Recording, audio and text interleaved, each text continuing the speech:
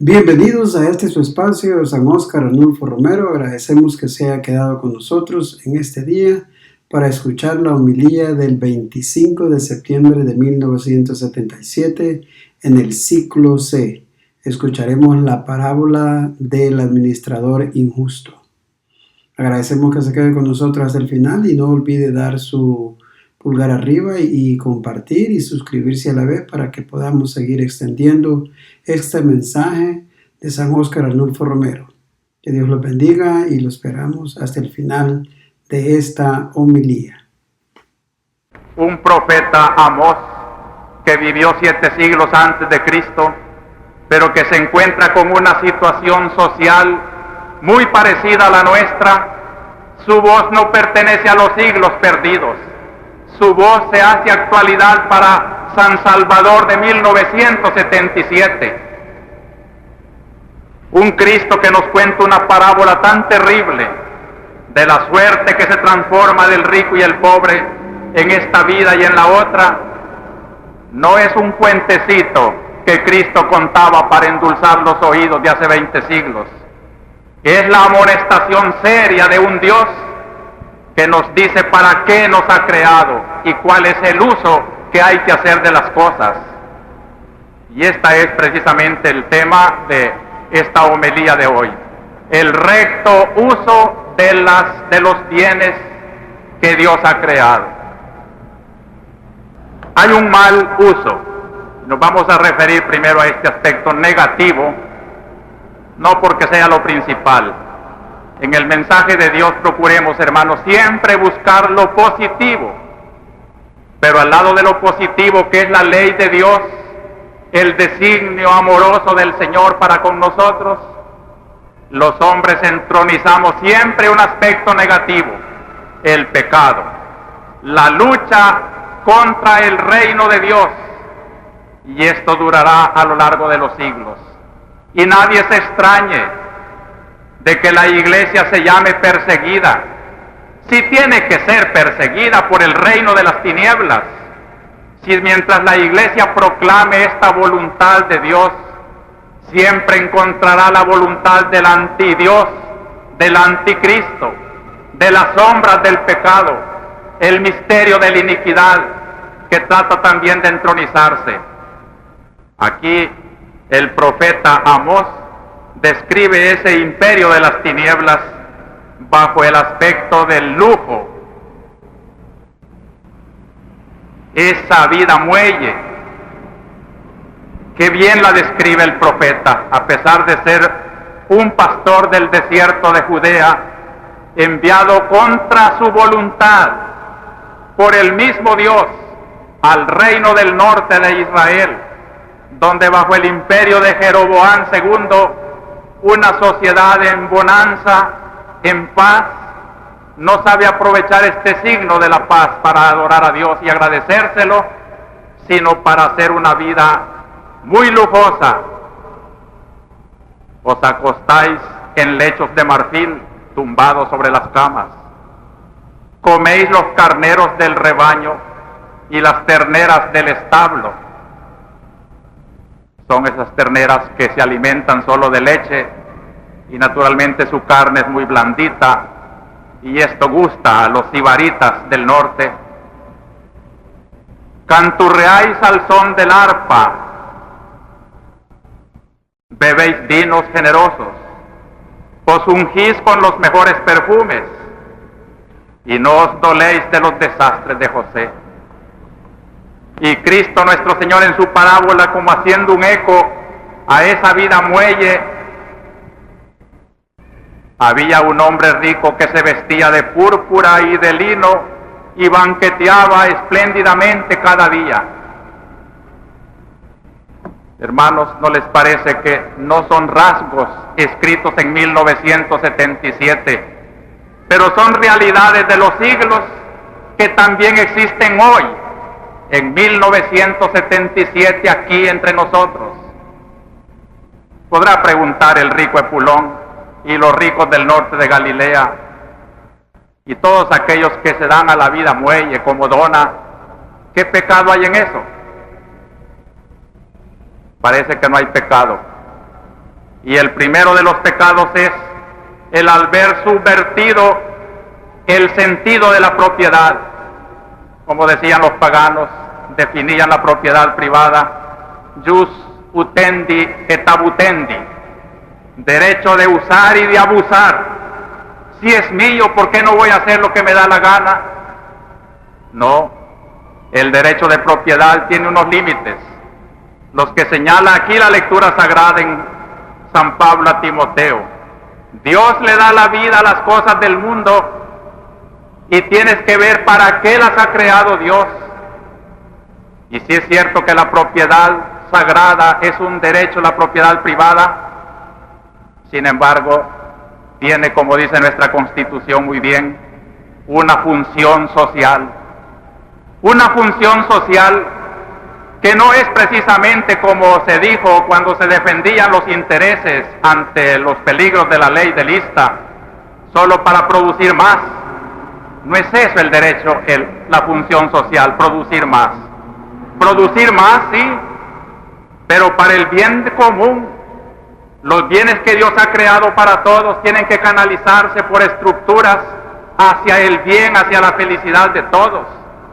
Y que no se dé este terrible contraste señalado por las lecturas de hoy, mientras él se banqueteaba, un pobre ni siquiera comía las migajas que caían de su mesa. Y aquí tenemos ya, hermanos, las consecuencias de esta vida muelle, los errores tremendos, además de ese falso concepto de propiedad. Lo más terrible es esto: metaliza, hace insensibles a los hombres. ¿Qué es lo que aquí denuncia Jesucristo cuando dice que mientras el rico se banqueteaba, Lázaro echado en su portal, cubierto de llagas y con ganas de saciarse de lo que tiraban de la mesa del rico, pero nadie se lo daba? Hasta los perros se acercaban a lamerle las llagas. Tenían más dicha los perros, los cuales podían comer los mendrugos con que el rico se limpiaba sus manos o los platos y se los tira al perro. Y el pobre siquiera eso quería y ni eso se le daba.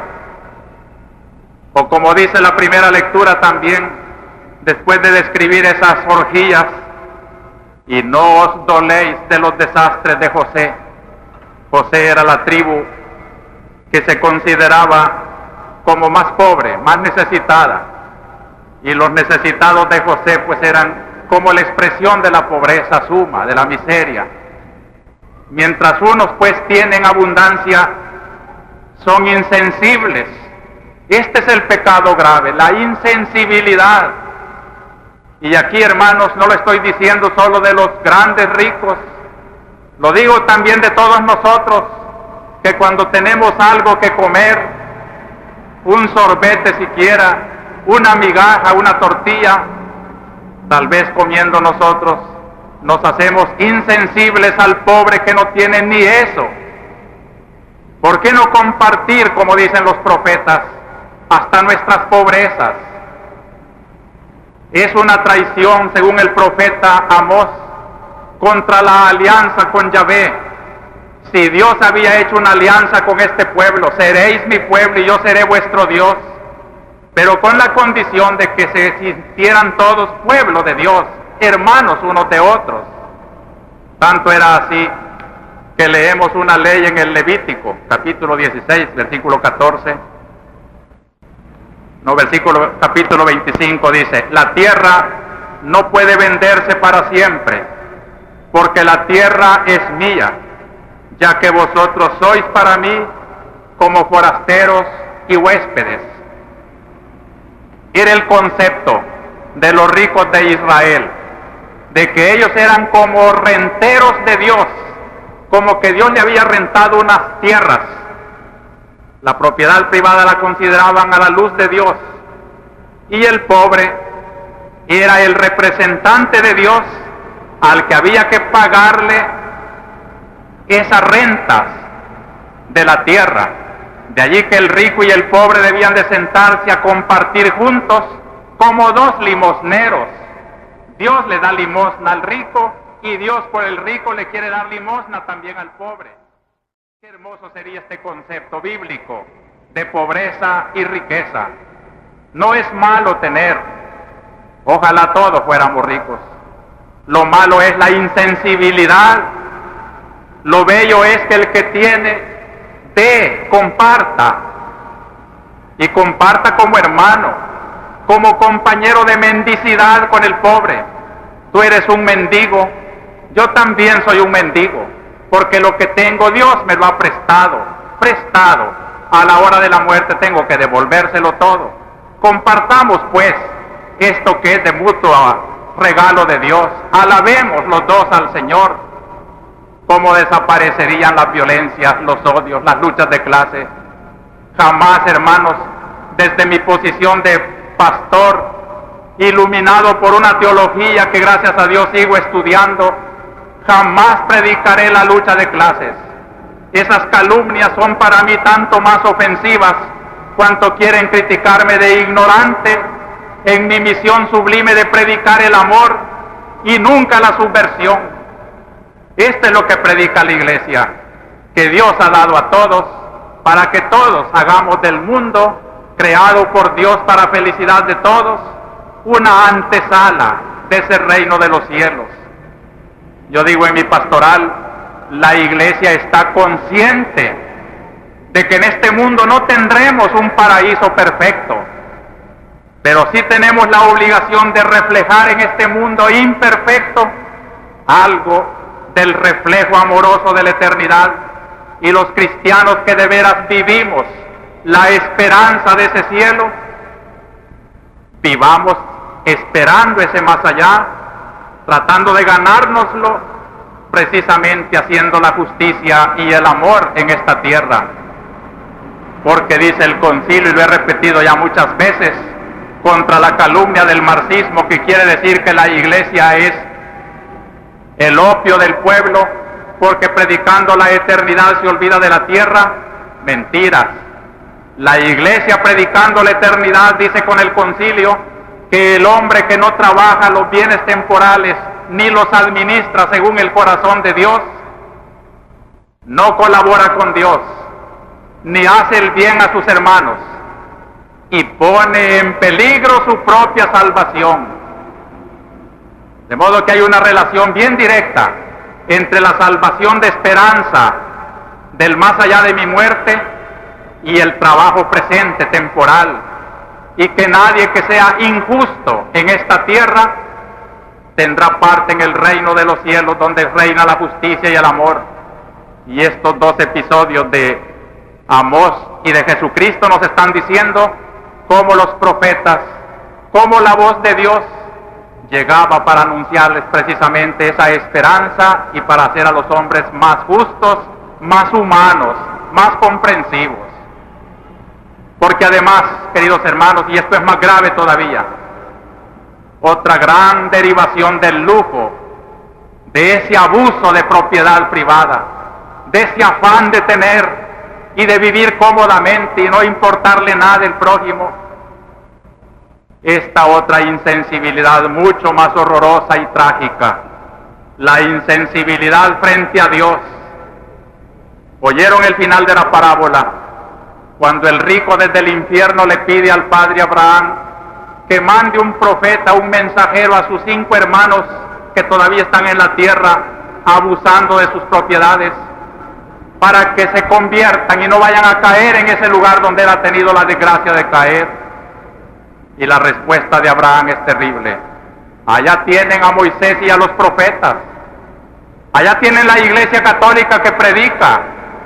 Allá tienen sus predicadores de la justicia social y del reino de Dios, que los oigan. No, padre Abraham, dice aquel desde el infierno. Si va un muerto, le atenderán mejor. Y la respuesta es tremenda cuando dice al terminar la parábola: si no escuchan a Moisés y a los profetas, no harán caso, ni aunque resucite un muerto. Qué terrible sentencia.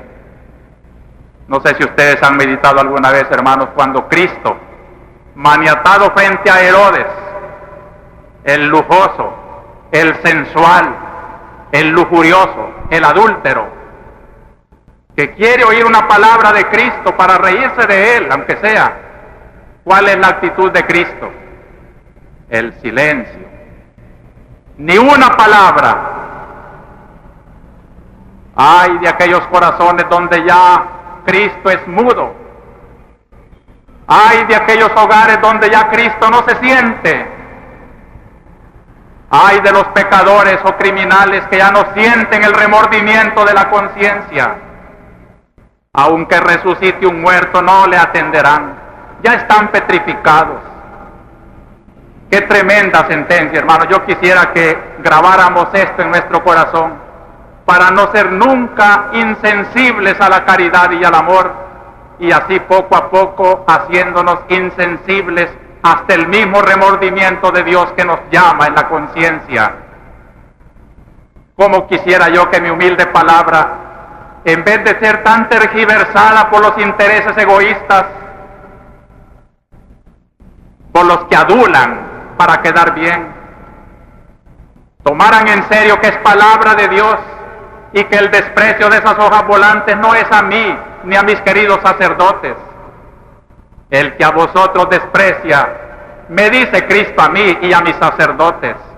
A mí me desprecia, y el que me desprecia a mí, desprecia al Padre que me envió. Es que yo que estoy hablando en este momento, soy la voz de Dios, y si en vez de mi figura estuviera aquí la figura de uno de estos muertos recientes, uno de estos asesinados, por ejemplo, uno de esos que han muerto en las torturas y no se sabe de ellos, que se parara aquí en esta cátedra y hablara, creo que la situación no cambiara, porque los corazones no quieren oír, ni aunque sea un muerto, el que les venga a decir que estamos muy mal en El Salvador, que esta figura tan fea de nuestra patria no es necesario pintarla bonita allá afuera, hay que hacerla bonita aquí adentro para que resulte bonita allá afuera también.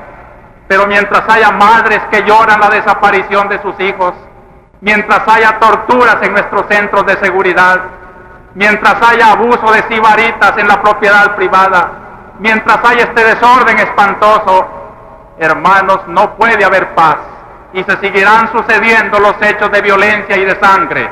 Con represión no se acaba nada. Es necesario hacerse racional y atender la voz de Dios y organizar una sociedad más justa, más según el corazón de Dios. Todo lo demás son parches, todo lo demás son represiones de momento. Los nombres de los asesinados irán cambiando, pero siempre habrá asesinados.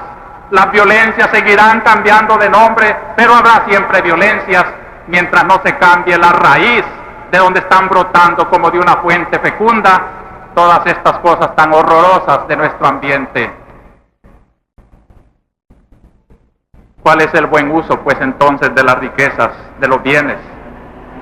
Si se tuviera en cuenta la palabra de Dios que ilumina las sociedades, los pueblos, los hombres, las familias, ¿cómo haríamos de la tierra un paraíso? En la segunda lectura de hoy tenemos unas normas preciosísimas que, si fueran la inspiración de un cambio de estructuras en El Salvador, veríamos cómo desaparecen todas esas cosas que no quisiéramos que existieran. Le dice Pablo a Timoteo, su discípulo, en primer lugar, siervo de Dios. Tenemos que considerarnos así. Dios es el Señor, y todas las cosas, dice San Pablo, han sido hechas por ese Dios que da la vida al mundo, por medio de Jesucristo, que ha de volver a tomar cuenta a los hombres de cómo han manejado ese mundo creado por Dios. Él es el único poseedor de la inmortalidad, habita en una luz inaccesible y ningún hombre ha visto ni puede ver. A Él honor e imperio eterno. Cuando nuestra vida sea así, teocéntrica, Dios en el centro de mi vida, y desde Dios derivar mis relaciones con los prójimos, desde Dios derivar el uso de las cosas que Dios ha creado desde Dios, centro que ilumina mi ética, sería moral, sería honrado, honesto, no diría la verdad, no distorsionaría las noticias, no calumniaría, porque sé que Dios me va a pedir cuenta desde Dios. Y luego desde allí San Pablo deriva: practica la justicia, la religión, la fe, el amor, la paciencia, la delicadeza. Combate el buen combate de la fe. Hermanos, es un combate en el cual estamos empeñados. Combate de la fe, no de armas ni de violencias, sino de ideas, de convicciones. La violencia en primer lugar a nosotros mismos, bajo la inspiración de la fe, bajo las exigencias de esto que San Pablo dice tan hermosamente: te insisto en que guardes el mandamiento sin mancha ni reproche. El mandamiento es el conjunto de las cosas que Dios ha revelado y ha mandado, y el hombre como siervo de Dios tiene obligación de obedecer. Pero cuando se ha sacudido el yugo de Dios y Dios ya no se oye en la conciencia, entonces tenemos nada más que cada uno quiere ser un Dios, y sucede el cataclismo, como si el Sol perdiera su centro de gravedad y los planetas que giran alrededor de él como locos se fuera cada uno a chocar contra el otro. Así está. El Sol es Dios, y mientras en torno de ese Sol giren los hombres con una ética viendo a Dios, los hombres viviremos como hermanos. Por eso decimos que la religión, predicando la paternidad divina, cumpliendo su misión estrictamente religiosa, es decir, orientando a los hombres a Dios, desde allí está haciendo también un gran bien a la sociedad, porque no hay hombre más honesto, más honrado, más digno de fe que aquel que teme a Dios y pone como práctica central de su vida una ética de respeto al mandamiento, sin mancha ni reproche. Gracias a Dios tenemos gente de este entre nosotros. Y no quisiéramos que se volvieran pesimistas. La primera lectura de Amós, anunciando no un infierno del más allá, sino un infierno de esta tierra. Pocos años después de estas denuncias de Amós, vino el imperio de Asiria y se cumplió esto que dice Amós en el último versículo de hoy. Por eso irán al destierro, a la cabeza de los cautivos. Se acabó la orgía de los disolutos. Si no ponemos paro con nuestra voluntad humana a este abuso, será Dios el que pone paro, valiéndose muchas veces de imperios de esta tierra. El anticomunismo, con que muchos quieren defender su propiedad privada, no es un anticomunismo de amor a Dios, es un anticomunismo de amor a sus riquezas. Pero el comunismo se va a valer, el comunismo se puede valer Dios, como se valió del reino de Asiria para castigar el desorden de su reino de Israel. Dios nos libre que vaya a caer sobre nuestro pueblo el azote espantoso, más espantoso de la situación actual, de un imperio sin Dios, sin ley, pero cobrándose los derechos que no supimos respetar para con Dios. Más tremendo Jesucristo cuando no habla de un castigo de pueblo en esta tierra, sino cuando dice: murió el rico y murió el pobre. El uno fue sepultado en el infierno y el otro fue llevado al descanso, expresión bíblica, en el seno de Abraham, una comunión con el Padre de la fe. Y ya lo demás lo hemos oído en la lectura de hoy. Pero es terrible, hermanos, el desenlace de los desórdenes de la vida. De Dios nadie se ríe. Su ley imperará para siempre. Y este Dios que es amor para nosotros se convierte en justicia cuando no se ha sabido captar la invitación del amor. Por eso Dante, en la puerta del infierno, al describir en la Divina Comedia el infierno, dice esta palabra paradójica: amor mi fece che mi fa parlare. me hizo el amor que me hace hablar. ¿Es posible que el amor de Dios haya hecho el infierno? Aquí lo tenemos en la lectura de hoy. El amor de un enamorado menospreciado. Creo que apelo a la experiencia de muchos de ustedes, quienes han estado enamorados y reciben el baldón del objeto de su amor, los desprecia, no quiere más con ustedes, no sienten que se troca como un infierno ya el corazón. ¿Y qué quisiera hacer con aquel que desdeñó tanta ternura? Este es Dios, que nos ama mientras vivimos, está esperando la conversión, aunque sea el más grande pecador, como lo hemos dicho en los domingos pasados, llamando a penitencia. Dios espera, pero cuando ya la paciencia de Dios termina en el amor, comienza su justicia. Y entonces ni un dedo mojado en agua para calmar un poco el ardor de la lengua en el infierno le fue concedida, lo cual indica, según los comentaristas, que en el infierno no existe ningún consuelo. Hermanos, no es volver a la Edad Media al hablar del infierno, es poner frente a los ojos la justicia infinita de Dios, de la cual nadie se ríe. Según la Biblia, rico y pobre obedece a dos actitudes internas del corazón. Es la única parábola que tiene nombre el personaje protagonista, Lázaro. Y Lázaro, en su raíz hebrea, quiere decir el que confía en Dios. Este es pobre, el que confía en Dios. Rico, en cambio, cuando Cristo se dirige a sus oyentes en esta parábola del rico Epulón, 2 versículos atrás de lo que hemos leído hoy, dice esto, refiriéndose a la parábola del administrador injusto. Estaban oyendo todo esto los fariseos, que amaban las riquezas, y se burlaban de él. Y les dijo: vosotros sois los que os dais de justo delante de los hombres, pero Dios conoce vuestros corazones, porque lo que es estimable para los hombres es abominable ante Dios. Aquí define Cristo que es rico según en la Biblia. El rico que Dios desprecia no es aquel que tiene bienes, es aquel que ama esos bienes hasta el punto de burlarse de Dios. Sí, Dios no me socorre, mi dinero es mi Dios. El que pone el ídolo, su corazón adorando ese dinero, el que sirve, como dice Cristo, no puede servir a Dios y al dinero. Pero una actitud como la de Lázaro, de no poner la confianza en las cosas de la tierra, sino la confianza en Dios, esa es actitud de pobreza.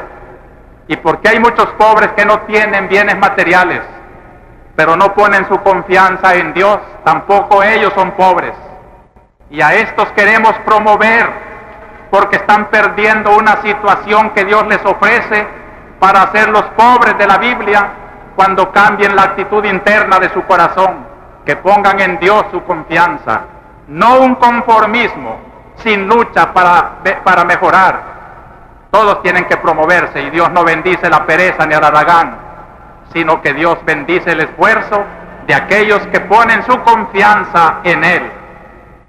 Queridos hermanos, escojamos esta mañana ser los pobres de Yahvé.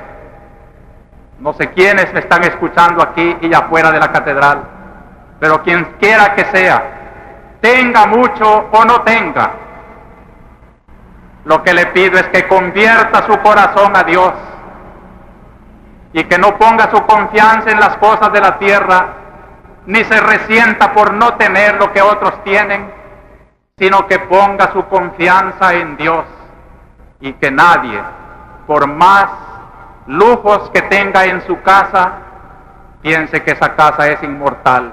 Todo eso se acaba, y solamente vale poner la confianza en el Dios que es el único inmortal, en el cual vamos a profesar ahora nuestro credo.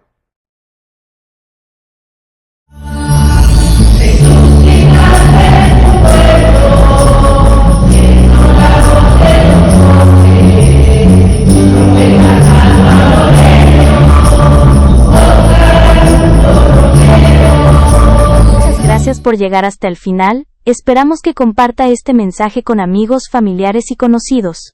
No olvide dejar pulgar arriba y su comentario. Dios nos bendiga. Adiós.